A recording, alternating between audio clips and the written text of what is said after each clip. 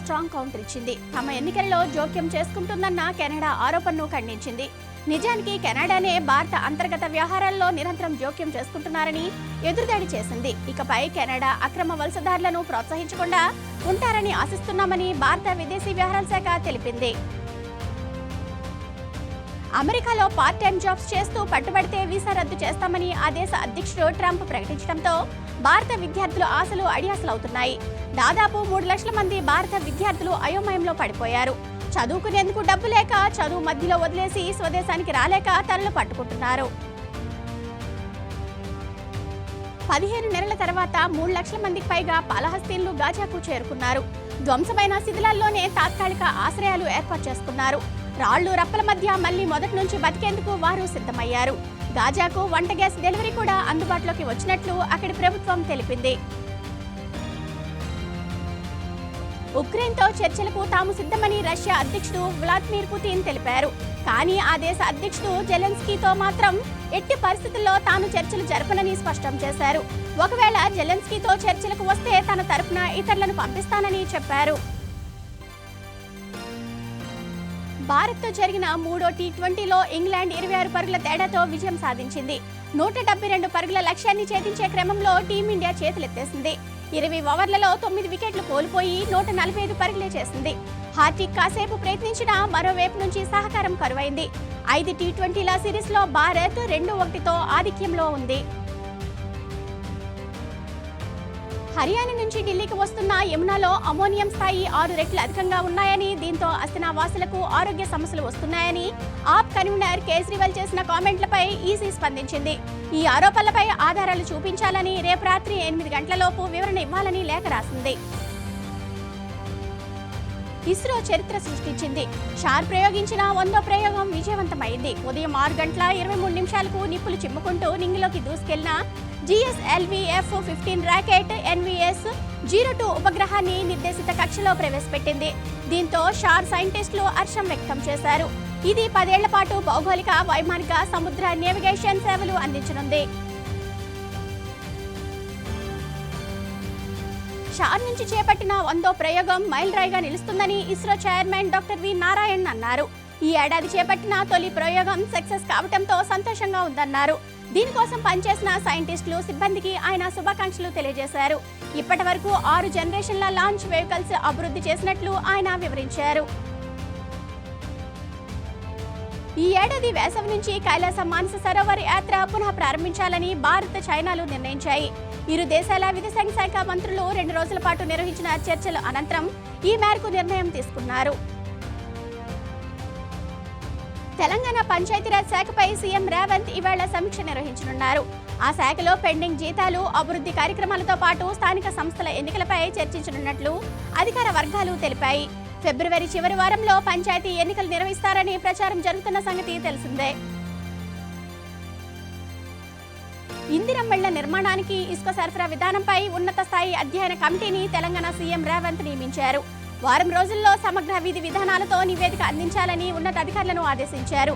లబ్ధిదారులకు సౌకర్యంగా ఇసుక విధానం ఉండాలని, ఇసుక మాఫియాకు చెక్ చెప్పాలన్నారు. తక్కువ ధరకే ఇసుక దక్కేలా, అదే సమయంలో ప్రభుత్వానికి ఆదాయం పెరిగేలా చూడాలన్నారు. హైదరాబాద్ కు మరో 2 ఐటీ పార్కులు రానున్నట్లు మంత్రి శ్రీధర్ బాబు ట్వీట్ చేశారు.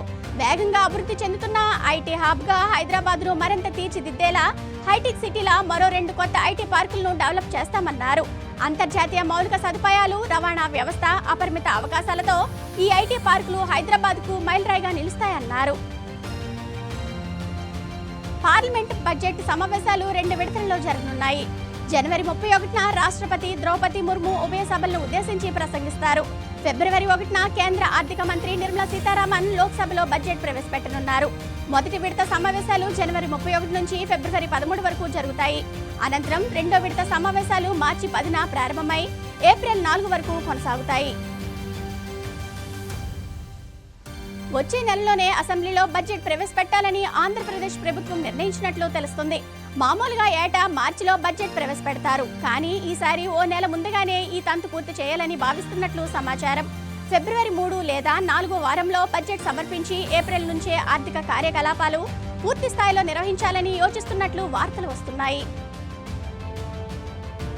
ఫిబ్రవరి 1న సీఎం చంద్రబాబు తూర్పుగోదావరి జిల్లాలో పర్యటించనున్నారు. కొవ్వూరు మండలం తొమ్మెరులో సీఎం పెన్షన్ల పంపిణీ చేస్తారు. అనంతరం అదే గ్రామంలో జరిగే రచ్చబండ కార్యక్రమంలో పాల్గొంటారు. స్థానిక ప్రజలతో ముఖాముఖి నిర్వహిస్తారు. అనంతరం తిరిగి ఉండవల్లిలోని తన నివాసానికి చేరుకుంటారు. ఫిబ్రవరి 1న కేంద్రం ప్రవేశపెట్టే బడ్జెట్లో ఏపీకి అవసరమైన నిధులు కేటాయించేలా చూడాలని టీడీపీ ఎంపీలకు సీఎం చంద్రబాబు సూచించారు. కొత్త రోడ్లు విస్తరణకు అనుమతులు వచ్చేలా చూడాలని, విభజన చట్టంలోని పెండింగ్ అంశాల పరిష్కారానికి చొరవ చూపాలని చెప్పారు. నడికుట్టి, శ్రీకాళహస్తి, రేణిగుంట, గూడూరు, కొంటిపల్లి, నర్సాపూర్, కడప, బెంగళూరు ప్రాజెక్టులు త్వరగా పూర్తయ్యేలా బడ్జెట్లో నిధులు కేటాయించేలా చూడాలని ఎంపీలను ఆదేశించారు. కుప్పంలో యూఎన్కు చెందిన 1M 1B సంస్థ గ్రీన్ స్కిల్స్ అకాడమీ సెంటర్ ప్రారంభించినట్లు సీఎం చంద్రబాబు తెలిపారు. భవిష్యత్తుకు అవసరమైన టెక్నాలజీతో వర్క్ ఫోర్స్ ఇది అందిస్తుందని చెప్పారు. కొన్నేళ్లలో 1M 1B ద్వారా 50,000 మందికి ఉద్యోగ అవకాశాలు వస్తాయని వెల్లడించారు. దీని ద్వారా 30,000 మందికి వర్క్ ప్లేస్ అనుభవం, ఇంటర్న్షిప్ అందుతుందని అంచనా వేశారు.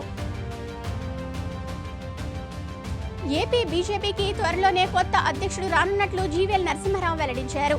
దేశంలో పార్టీ సంస్థానగత ఎన్నికలు జరుగుతున్నాయని, ప్రతి బూత్ స్థాయి అధ్యక్షుడి నుంచి మండల, జిల్లా, రాష్ట్ర, జాతీయ స్థాయి అధ్యక్షుడి వరకు అందరినీ ఎన్నుకుంటారని చెప్పారు. ఇందుకోసం జాతీయ నాయకత్వం కసరత్తు చేస్తుందని చెప్పారు.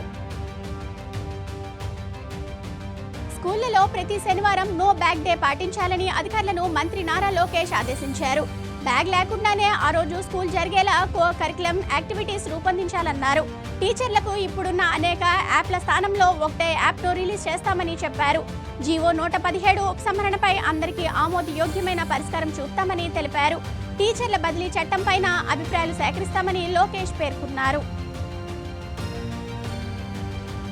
శృంగవరకోట పోలీస్ స్టేషన్ పరిధిలో నమోదైన గంజాయి కేసులో అరెస్టైన శెట్టి ఉమామహేశ్వరరావుకు చెందిన ఆస్తులను సీజ్ చేస్తున్నట్లు ఎస్పీ వకుల్ జిందాల్ మంగళవారం తెలిపారు.